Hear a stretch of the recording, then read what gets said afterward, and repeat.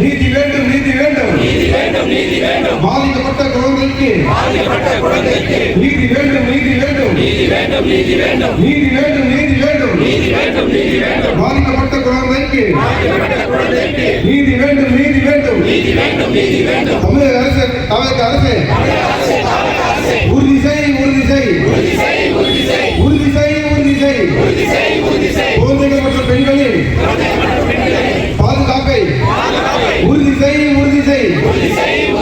குழந்தைகள் மற்றும் பெண்களின் பாதுகாப்பை உறுதி செய் ஐயா, நாங்க மதுரவாயல் தொகுதியில இருந்து வரோம். 148வது வட்டம். என் பேர் மாரியப்பன். வணக்கம் ஐயா, என்னோட பேர் ராஜேஷ்குமார். மதுரவாயல் தொகுதியில இருந்து வரோம் ஐயா. இன்னைக்கு நடந்த இந்த கண்டன ஆர்ப்பாட்டம் எதை பத்தி, எதுக்காக, நீங்க என்ன காரணத்துக்காக இந்த கண்டன ஆர்ப்பாட்டம் நடக்கிறீங்க? இன்னைக்கு இந்த ஆர்ப்பாட்டங்கிறது குழந்தைகள் மற்றும் பெண்கள் அவங்களுக்கு எதிரான குற்றங்களுக்கு எதிராக இந்த போராட்டத்தை முன்னெடுத்திருக்கோம். நிறைய எடுக்கிறோம். அதுல இன்னைக்கு குறிப்பா எடுத்திருக்கோம். அதுல நாங்க பங்கு பெறணுங்கிறதுக்காக வந்திருக்கோம். இந்த பாலியல் வன்கொடுமை தொடர்ச்சி தமிழ்நாடு நம்பிட்டே இருக்குல்ல. இங்க பாத்தீங்கன்னா இப்ப தில்லிக்குண்டியில முன்வயது சிறுமியை பாலியல் பண்ணிருக்கோம். இதை நீங்க எந்த மாதிரி அரசுக்கு நீங்க என்ன சொல்ல விரும்புறீங்க? இது எல்லாமே படிப்படியா தான் சரி பண்ணணும். எல்லாத்தையுமே ஒரே இதுல போய் எடுக்க முடியாது, பண்ண முடியாது, சரி செய்ய முடியாது. இதுக்கு அடிப்படை மனிதனுடைய எண்ண ஓட்டத்தை நம்ம சிறு வயதுல இருந்தே அதை மாற்றணும். ஒரு குழந்தையா நம்ம படிக்கும் போதே பெண்கள் தான் யார், அவங்க கிட்ட நம்ம எப்படி பயணப்படணும், ஒரு அக்கா கிட்ட நம்ம என்னவா இருக்கணும், ஒரு அம்மா கிட்ட என்னவா இருக்கணும், தெரிஞ்சவங்க கிட்ட என்னவா இருக்கணும், மனைவி கிட்ட என்னவா இருக்கணும், காதலி மனைவி இவங்க கிட்ட நம்ம என்னவா இருக்கணுங்கிறத நம்ம பார்க்கணும். தாய் எப்படி ஒரு தாய்க்குன்னா அந்த தாய்க்கான மரியாதையோட கலந்து போயிடணும். அதே போல வெளியே பார்க்கும்போது பெண்களை பார்க்கும்போது மனைவியை தவிர்த்து வர பெண்களை ஒரு சகோதரியாகவோ ஒரு தோழியாகவோ அப்படிதான் பார்க்கணுமே தவிர அதை தாண்டி ஒரு எண்ணோட்டம் நம்மளுக்குள்ள இருக்கக்கூடாதுங்கிறத அடிப்படையிலேயே நம்ம சொல்லிக் கொடுக்க வரும்போதுதான் இது மாறும். அந்த அந்த அந்த கல்வியை நம்ம கொடுக்கலன்னா அந்த மாற்றம் வர நம்மளுக்கு பயன்படாது. நீங்க நல்லா சொல்லி கொடுக்குற குடும்பத்தெல்லாம் பாத்தீங்கன்னா இதே மாரி பிரச்சனையில பசங்க மாட்ட மாட்டாங்க. பெற்றோர்களோ குடும்பமோ அவங்களுக்கு ஒரு நல்ல அறிவுறுத்தல் சொல்லாத மக்கள் தான் இதுல மாட்டிக்கிறாங்க. அதுவும் இந்த போதைப் பொருள் ரொம்ப முக்கியமானது. அடிப்படையில எப்படி நிலத்தை உழுது பயிர் பண்ணி நீர் ஊத்தினா ஒரு செடி வருமோ அதே போல ஒவ்வொரு படியா தான் செய்யணும். போதைய தடுக்கணும். அதுல இருந்து வெளியே கொண்டு வந்துட்டுதான் நம்ம இந்த மாதிரி ஒரு போராட்டங்கள்லாம் பண்றதுக்கு ஒரு பயன்பாடு இருக்கும். இல்லைன்னா இதுல எந்த பயனும் இருக்காது. நம்ம நேரம் வரையும் தான். இப்போ இந்த அரசு பாத்தீங்கன்னா இந்த மாதிரி பாலியல் வன்கொடுமைக்கு எந்த விதமான கட்டணமும் இது தெரிவிச்சதே கிடையாது.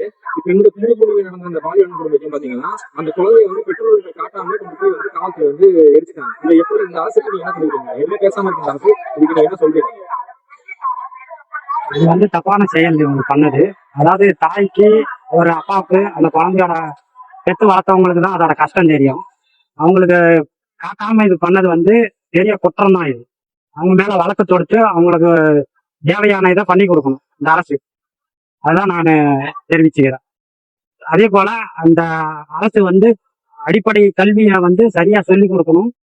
எல்லாமே ரீல்ஸா தான் போயின்னு இருக்கு. இப்ப கல்வி மாணவர்களுக்கு அரசியல் சொல்லிக் கொடுக்க கூடாது, அவங்க அரசியல் தெரிஞ்சுக்க கூடாது அப்படின்னு சொல்றாங்க. ஆனா இப்ப இருக்கிற ரீல்ஸ் அரசு இது அங்கிள் விஜய் அங்கிள் அப்படின்னு ஒரு போட்டோ எடுத்துன்னு போய் கல்விக்கூடத்துல காட்டுறாங்க. பசங்களுக்கு கவர்ச்சியை தூண்டினே இருக்காங்க. இதெல்லாம் ஒழிக்கணும். அடிப்படை கல்வியை தரமா சொல்லி கொடுக்கணும். கல்வி சரியா இருந்தா எல்லாமே மாறும். அடிப்படையா கல்வியை மாற்றணும். என்ன சொல்ற மாதிரி இதை அடிப்படையா ஏஜென்டா இருந்து செயல்படுறதே இந்த சரவணன் தான். அதாவது எம்எல்ஏவுக்கு இவர் தான் கூட்டி கொடுக்குறாரு. இந்த விஷயம் தப்பான விஷயம். இவரை அடிப்படை சட்டமன்ற பொறுப்புல இருந்தே இவரை நீக்கணும். இந்த எம்எல்ஏ வைகுண்டம் ஸ்ரீ வைகுண்ட எம்எல்ஏவை பதவியில இருந்து நீக்கணும். ஒரு எம்எல்ஏவே தப்பு பண்ணா அடிப்படை மக்கள் எப்படி நல்லா இருப்பாங்க சொல்லுங்க நீங்க? அதனால அவரோட பதவியை பறிக்கணும்.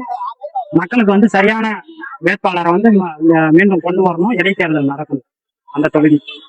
இல்ல இப்போ எல்லா பிரச்சனையும் நம்ம உடனே போய் நடக்கிறதுக்கு முன்னாடி கண்டுபிடிக்க முடியாது. சந்தர்ப்பமும் சூழலும் தான் ஒருத்தனை குற்றவாளியா மாற்றும். அதுல நம்மளுக்கு எந்த மாற்று கருத்தும் இல்லை. ஆனா ஒரு குற்றம் நடந்ததுக்கு அப்புறம் ஒரு அரசாங்கம் என்ன மாதிரியான நடவடிக்கை எடுக்குது அப்படிங்கிறத நம்ம பார்க்கும் போது அது நம்மளை பயமுறுத்தணும். அடுத்தவனை குற்றம் செய்ய தூண்டும் போது அவனுக்கு அந்த பயத்தை ஏற்படுத்தணும்.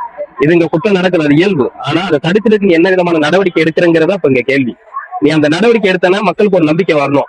இந்த நடவடிக்கை சரியா இருக்கு, இப்படியே போனா அந்த குற்றம் படிப்படியா குறையும், அதனால நம்ம கொஞ்சம் தைரியமா இருக்கலாம்னு மக்களுக்கு ஒரு நம்பிக்கை வரும். ஆனா நீ என்ன நடவடிக்கை எடுக்கிறன்னு யாருக்குமே தெரிய மாட்டேங்குது. நீங்க வாயை திறந்து பேச மாட்டேங்கிறீங்க. உங்களுக்குள்ள என்ன இருக்குது, நான் என்ன செய்ய போறேன் அப்படிங்கிற ஒரு ஒரு எந்த ஒரு கருத்தையும் மக்கள்கிட்ட பகிர்ந்துக்க மாட்டேங்கிறீங்க. அது மிகப்பெரிய தவறு. அதனால என்ன செய்ய போறங்கிறத, என்ன நடவடிக்கைங்கிறத அது துரிதமா பண்ணா நல்லா இருக்கும். கடைசி ஒரு கேள்வி. இப்ப அஹ், பெண்கள் பாதுகாப்பு படையை சொல்லிட்டு சிங்க பெண்கள் சொல்லிட்டு ஒரு படைய இது நீங்க எங்கேயாவது பாத்துருக்கீங்களா? நாங்க வந்து தொலைக்காட்சியில பார்த்ததோட சரி. நாங்க வெளியில எங்கேயுமே நான் இத்தனைக்கும் வந்து சென்னை ஃபுல்லா தான் சுத்துறேன். என்னோட வேலை வந்து பாத்தீங்கன்னா நான் சுத்தணும் மார்க்கெட்டிங் தான் இருக்கேன். நான் தினமும் தான் சுத்துறேன். ஒரு இடத்துல கூட சிங்க பெண்கள் அந்த அந்த யூனிஃபார்ம் போட்டவங்கள நான் பார்த்ததே கிடையாது. அது செயல்பாட்டுல இருக்குதான்னு கூட தெரியல எனக்கு. பெயர் அளவுக்கு வந்து விளம்பரம் பண்ணாங்களே தவிர அது இருக்கான்னு தெரியல. அவங்களுக்கான இது வந்து என்னன்றதே சொல்ல. அவங்களோட அதிகாரம் என்ன, அவங்களோட செயல்பாடு என்ன, லத்தி கொடுத்தாங்களா, எதுவுமே இல்ல. அப்படி இருக்கிறவங்க வந்து அந்த டிபார்ட்மெண்ட்ல இருக்கிறவங்களே பாலியல் தொந்தரவு பண்றாங்க சிங்க பெண்கள். அப்படி இருக்கும்போது எப்படிங்க உங்களுக்கு காவல்துறை வந்து எல்லாரையும் காப்பாற்றணும் நம்ம நம்ப முடியும்? இங்க வந்து சரியான ஆட்சி இல்ல. இந்த ஆட்சி முறை மாறணும்.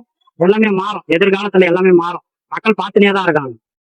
நம்ம அரசை தேர்ந்தெடுத்தது நம்மளோட தப்பு அப்படின்னு மக்கள் உணர்றாங்க. படிப்படியா இப்பதான் உணர்றாங்க. அரசியல் தான் என்னன்னு இப்பதான் பாக்குறாங்க. சட்டமன்றத்துல இதை மேலும் மேலும் பார்த்து கொஞ்சம் தெரிஞ்சுக்குவாங்க. அதே போல வந்து அந்த சட்டமன்றத்தில் நடக்கிறத வந்து நிறுத்தி வைக்கிறாங்க. நேரலையை வந்து நிறுத்தி வைக்கிறாங்க. இது வந்து நேரலையை வந்து தொடர்ந்து மக்களுக்கு தொலைக்காட்சியில கொடுத்தாதான் மக்கள் வந்து கொஞ்சம் அரசியல் வந்து தெரிஞ்சுக்குவாங்க. இப்பதான் அரசியல்னா என்னன்னே பார்க்க ஆரம்பிக்கிறாங்க மக்கள். கடைசியா இந்த அரசு நீங்க என்ன சொல்றீங்க? கடைசியா வந்து இன்னும் கவர்ச்சியால வந்த அரசு, இன்னொன்னு வந்து இலவசத்தால வந்த அரசு. இந்த இலவசத்தை நாங்க அறிவிச்சிருந்தாலும் நாங்க வந்து பெரிய லெவல்ல வந்திருக்கோம். ஆனா வந்து நாங்க மக்களுக்காக வந்து நல்ல அரசியலை, தூய அரசியலை கொடுக்கலாம் நாங்க வந்திருக்கோம். இலவசத்தை கொடுத்து மக்களை கெடுக்க முடியாது. அது வந்து தப்பான செயல், தப்பான கொள்கை. எல்லாமே இப்ப கடன்ல தான் இருக்குது. மின்சாரத்துறை 1 லட்சம் கோடி கடனு, போக்குவரத்துறை 1 லட்சம் கோடி கடனு. இந்த கடனை வந்து சரி பண்ணாதான் இந்த நாட்டு மக்கள் நல்லா இருக்க முடியும். பத்திரிகையாளர் சந்திக்க மாட்டேங்கிறாரு. அது சந்திச்சாதான் ஏதாவது பேசுறாரு, ஏதாவது சொன்னா தெரியும். அது நீங்க என்ன எப்படி பாக்குறீங்க? இல்ல, பத்திரிகையாளர் சந்திப்புங்கிறது வந்து அது என்னத்தை வெளிப்படுத்துனா, ஒரு மனிதன் எவ்வளவு அறிவாற்றலை தனக்குள்ள வச்சிருக்கிறான், இந்த மக்களுக்கான இந்த பிரச்சனையில இருந்து மக்களை மீட்டு எடுக்கிறதுக்காக என்னென்ன திட்டங்களை உள்ள வச்சிருக்காங்கிறத வெளிப்படுத்துறது தான் அந்த பத்திரிகையாளர் சந்திப்புங்கிறது. இவருக்கு அந்த அடிப்படை கனவும் கிடையாது, அந்த அடிப்படை சிந்தனையும் கிடையாது. சொல்லி கொடுத்ததை வாசிப்பார், அவ்வளவுதான் தெரியுமே தவிர அவருக்குன்னு ஒரு கனவு கிடையாது. என் மக்கள் இப்படி இருக்கணும், என் நாடு இப்படி நிற்கணும், என் மொழி இப்படி இருக்கணும், என் பொருளாதாரம் இப்படி இருக்கணுங்கிற அவருக்குன்னு ஒரு கனவு கிடையாது. அந்த கனவு இல்லாதனால அவரால் எதையுமே எடுத்து பேச முடியாது. பேசணும், கனவு இருக்கிறவனாலதான் பேச முடியும். நீ வந்து நான் இப்பதான் வந்திருக்கேன் அது கிடையாது. 50 வருஷமா நீங்க இந்த தமிழ்நாட்டுக்குள்ள இருக்கிறீங்க விவரம் தெரிஞ்சு. அப்போ இந்த மண் வந்து எவ்வளவு பிரச்சனைகள் இருக்கு, இதை எப்படி தடுக்கலாம், என்னென்ன அநியாயம் நடக்குது அப்படின்னு உங்களுக்கு ஒரு உந்துதல் ஏற்படும். அந்த உந்துதல் எல்லாம் நான் எப்படியாவது ஒரு அரசியலை பயன்படுத்தி நான் வந்து மக்களுக்கு சேவை பண்ணுவேன் அப்படிங்கிற ஒரு எண்ணம் இருக்கிறனாலதான் நீ அரசியல் கட்சியை தொடங்குற. அப்போ நீ இது வரைக்கும் நீ எதை பார்த்து மக்களுக்கு சேவை செய்யணும்னு உனக்கு என்ன எண்ணம் இருந்துச்சு? நான் இப்பதான் வந்தேன் அது கிடையாது. உனக்கான கனவு என்ன? நீ என்னவா அந்த மக்களுக்கு செய்யணும்னு நினைச்ச? அந்த கனவு இருந்துச்சுன்னா இங்க இவ்வளவு பெரிய தருமாற்றம் இருக்காது. அவர்கிட்ட கனவு கிடையாது, அதனாலதான் இவ்வளவு பெரிய தருமாற்றம். பாலியல் குற்றங்களை பொறுத்த வரைக்கும் நம்ம ஒவ்வொரு வீட்டையுமே நம்ம கண்காணிக்க வேண்டியிருக்கு. நான் என் குடும்பத்தை பாத்துக்கணும், எல்லாரும் அத ஆணோ பெண்ணோ அவங்களுக்கான அந்த பாலியல் சார்ந்த அந்த தெளிவை ஏற்படுத்தணும்.